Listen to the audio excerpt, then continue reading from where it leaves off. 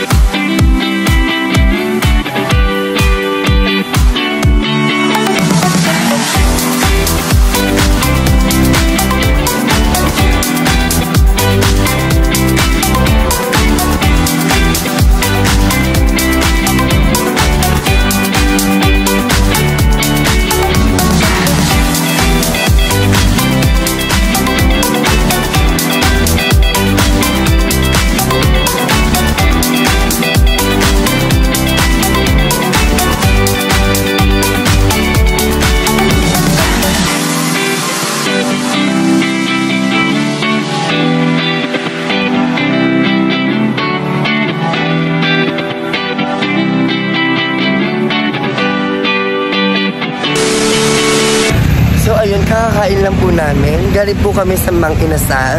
Shoutout po sa Mang Inasal. Shoutout sa Chan po. Local pa. So, nakailang race ka ba, ma? 10. Lahat is po. Nakailang race po kayo? 2. 8. Happy lang ako. Wala. 8. So, ayun, nalugi po ang Mang Inasal sa amin sa panandalian. So ako naka-4 lang. Ako nakailang yung rice. Nawala. Nawala daw. Nakailan si Ribaldo. Sa si Ribaldo. Ribaldo, nakailan ka? Nakasampulan daw siya. Hindi niya daw ipagkakalat. Nakailan ka daw? 8. Naka-8. Nakailan ka 8? 4. Offer. Magkano sa ganyan? Hindi na namin napakita kanina nung kumakain kami kasi sobrang gutom na kami. And sobrang init kasi tignan nyo naman yung kulay ko. Sobrang itim ko na naman here sa Maynila. And we're going to Anthropology Museum. So update namin kayo pag nasa loob na natin. Bye! So ayan, nandito na po tayo sa loob ng National Anthropology. Ayan. At ang una sa aming bumungad ay ang balete is made from gallon. And meron po kaming challenge kung sino po yung una pong makakaakyat ay magkakamit ng 10,000 pesos. Yes. Mamaya sa loob, pasok.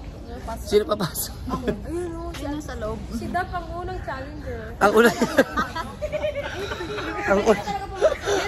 Ang unang challenger natin ay syempre si Miss Daphne G.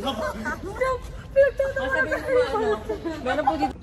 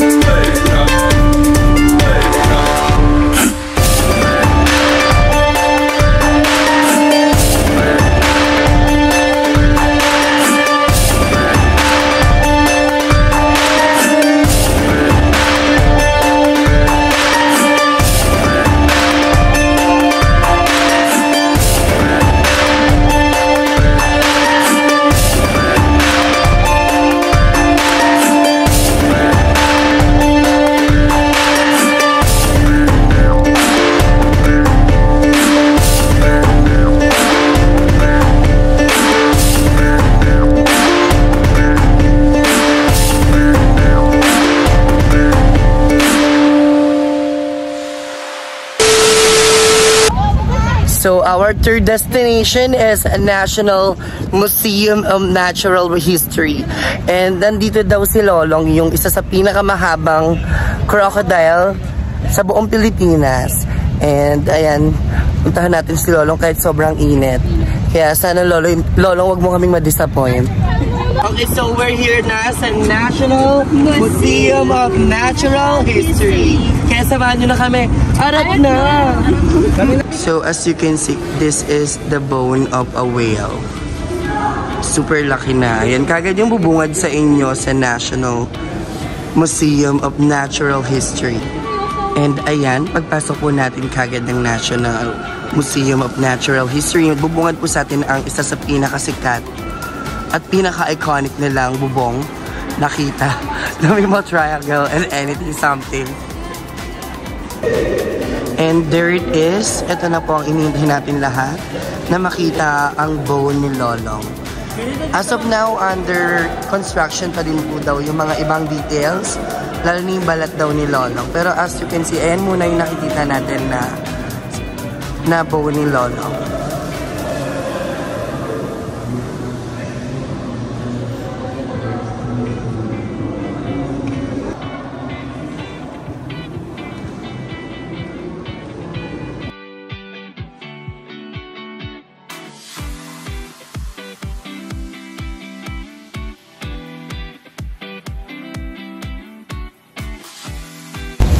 So that is all for today's vlog.